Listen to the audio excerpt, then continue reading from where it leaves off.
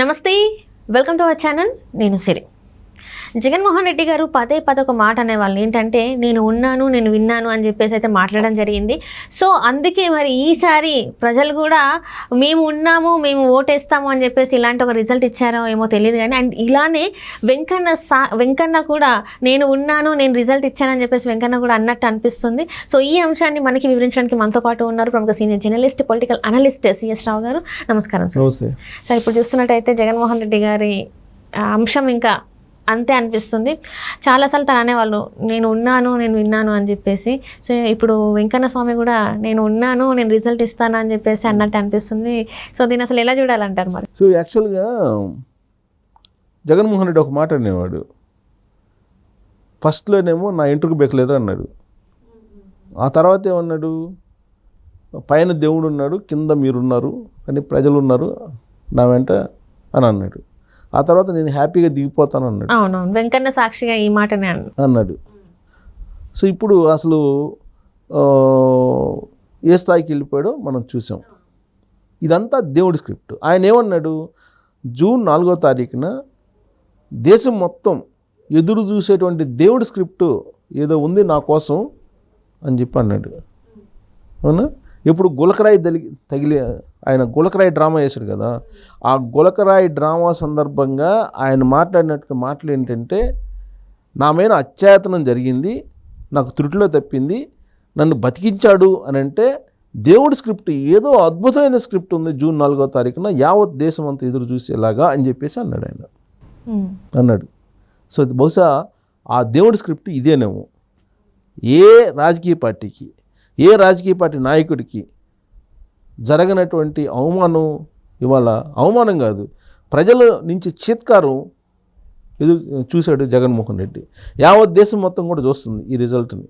ఆయన చెప్పినట్టు ఇదొక అంశం అయితే, తిరుమల వెంకటేశ్వర స్వామితో పెట్టుకున్నటువంటి వాళ్ళు తిరుమల వెంకటేశ్వర స్వామి చూడలేదు కదా, ఆయన మనం ఏం చేసినా చెల్లిద్దులే అనుకుంటే ఖచ్చితంగా వెంకటేశ్వర స్వామి బుద్ధి చెబుతాడు అనే దానికి కూడా ఇదే దేవుడి స్క్రిప్ట్. ఇదే దేవుడి స్క్రిప్ట్. ఎందుకు చెప్తున్నానంటే, నేను ఒక 2 నెలల క్రితం తిరుమల వెళ్ళాను. తిరుమల వెళ్తే తిరుమలలో ఎప్పుడు వెళ్ళినా కానీ అలిపిరి నుంచి ఎక్కడికి వెళ్ళినా కానీ, ఏ మూలకి వెళ్ళినా కానీ గోవిందనామాలు వినిపించేవి. వైకుంఠంలోకి వెళ్ళినటువంటి ఒక ఫీల్ ఉండేది. 2 నెలల క్రితం వెళ్ళినప్పుడు గోవిందనామాలు లాస్ట్గా గర్భగుడి అక్కడ మనం మెయిన్ టెంపుల్ దాకా వెళ్ళేదాకా వినిపించలా.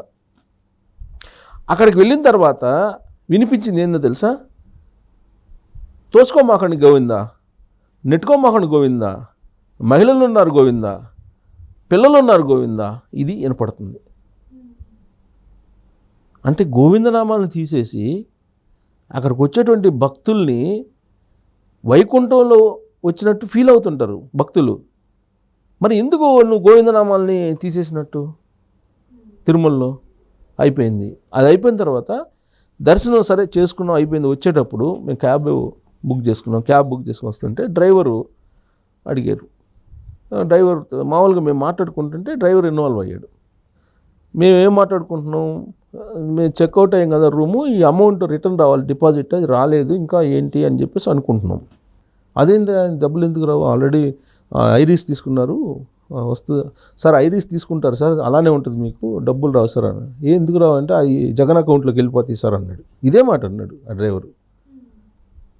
అట్టెల్లవులే, ఎందుకు వెళ్తే ఊరికే చెప్తావు అని అంటే, సార్ మీరు తెలియదు సార్, మీరు ఎక్కడి నుంచి వచ్చారు అన్నాడు. హైదరాబాద్ నుంచి వచ్చి. అందుకే సార్ మీకు తెలియదు, మేము రోజు ఇలాంటివి చాలా చూస్తుంటాం సార్.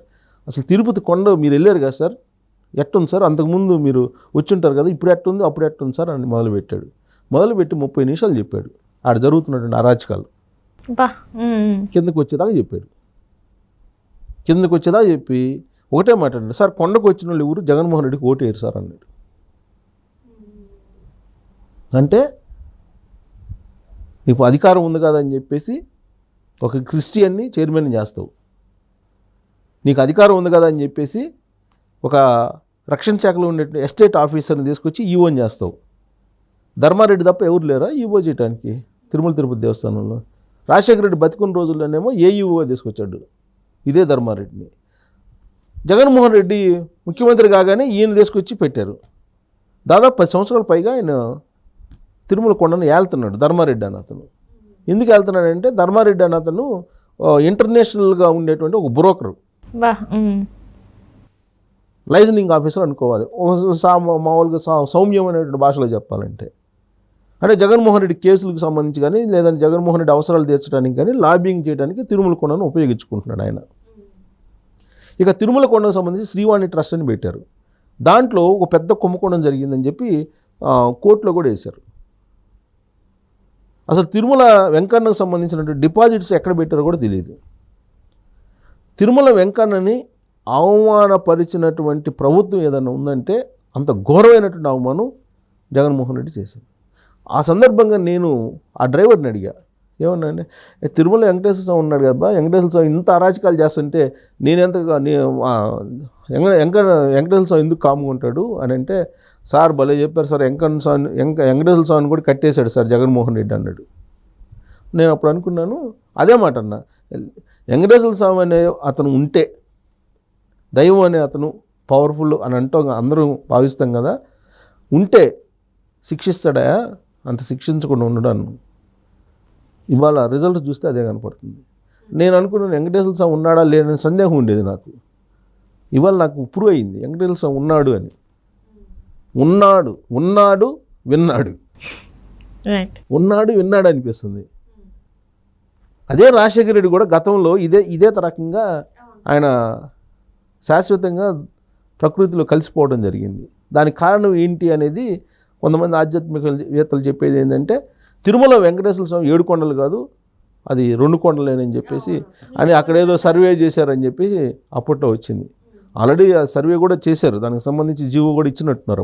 అప్పుడు నేను కూడా రిపోర్టింగ్లో ఉన్నాను, ఇచ్చారు, జీవో అయితే ఇచ్చారు. తర్వాత దాన్ని సర్దిద్దడానికి ప్రయత్నం చేశారు. అప్పటికే జరగాల్సిన నష్టం జరిగిపోయింది, దేవుని ఆక్రోశించారు.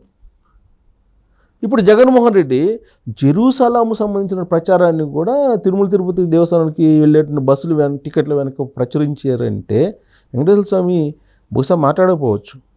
చూస్తుంటారు కదా, పింక్ డైమండ్ దొంగిలించారని చెప్పి చంద్రబాబు నాయుడు బద్నాం చేసి ఆ రోజున దించేశారు కదా. ప్రధాన అర్చకుడు రమణ దీక్షితులు బద్నాం చేసి చంద్రబాబు నాయుడిని, జగన్మోహన్ రెడ్డి పక్షాన్ని నిలిచాడు. సీన్ కట్ చేస్తే రమణ దీక్షితుల మీద కేసు పెట్టించాడు జగన్మోహన్ రెడ్డి, ఈయన జగన్మోహన్ రెడ్డి హయాంలో. అంటే వెంకటేశ్వర స్వామి ఒక తిరుపతికి దేవుడు కాదు, ప్రపంచానికి మొత్తానికి కలియుగ దైవం. నువ్వు చేస్తూ వెంకటేశ్వర స్వామి చూడ్డా అనుకో, మాకు నేను ఉన్నాను నేను విన్నాను కాదు, నువ్వు ఎక్కడున్నావో, ఎక్కడ ఏ అబద్ధాలు చెబుతున్నావో, ఇన్ని అబద్ధాలు చెబుతున్నావో, ప్రజలను ఎంత మోసం చేసావో వెంకటేశ్వర స్వామి చూస్తాడు. ప్రత్యేకించి కుల దైవంగా దేవతగా భావిస్తుంటారు ఆంధ్రప్రదేశ్లో ఉండేటువంటి ప్రజలు వెంకటేశ్వర స్వామిని. కాబట్టి వెంకటేశ్వర స్వామి విన్నాడు, వెంకటేశ్వర స్వామి రిజల్ట్ ఇచ్చారు. ఇదే దేవుడి script. Right sir, right. Thank you so much sir.